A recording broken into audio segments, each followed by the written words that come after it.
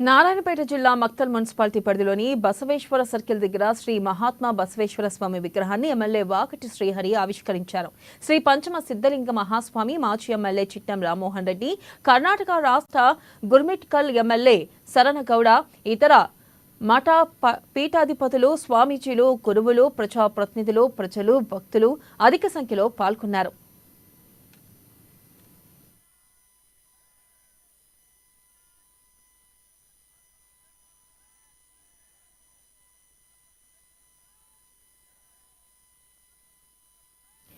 శ్రీ విశ్వగురువు బసవేశ్వర మహాస్వామి వారు చేసిన సేవలను గురువులు, ప్రజాప్రతినిధులు కొనియాడారు. ఇక వారు చూపిన మార్గాన్ని పాటిస్తూ భక్తి శ్రద్ధలతో మెలకాలని, అందరూ సుఖ సంతోషాలతో ఉండాలని ఆకాంక్షించారు. ఈ ప్రాంతాన్ని ఆధ్యాత్మిక ప్రాంతంగా మార్చి ఒక ఆధ్యాత్మిక కేంద్రంగా చేసేందుకే ఆ మహానీయుని విగ్రహ స్ఫూర్తితో కృషి చేస్తామని అన్నారు.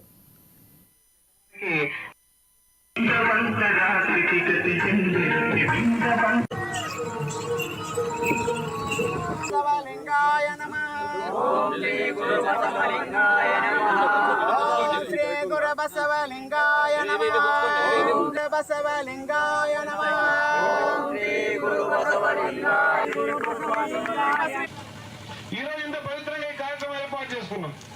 మీరందరూ కూడా ఉదయం నేను అనుకుంటున్నా ఎంతో సంతోషంతో టిఫిన్ కూడా చేసుకుంటారు, మధ్యాహ్నం భోజనం కూడా చేయరు. ఎందుకంటే ఈ రోజు ఒక పవిత్రమైనటువంటి విగ్రహాన్ని మనం ఏర్పాటు చేసుకుంటున్న సందర్భంలో మనం ఆ ఆచరణ యోగ్యం ఏ విధంగా ఉండాలి.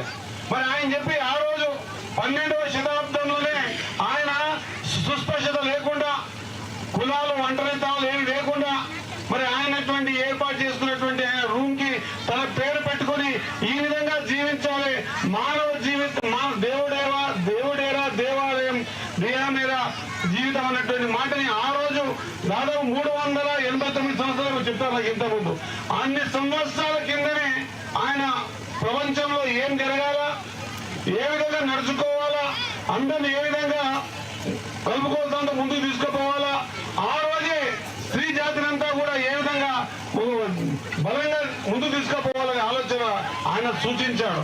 మనం కూడా ఈ పుట్టినరోజులు పెద్ద పెద్దవి చేసుకుంటాం, ఆ నిమిషానికి దండేస్తాం, గంట తర్వాత మన జీవితంతో మనం ఉంటాం.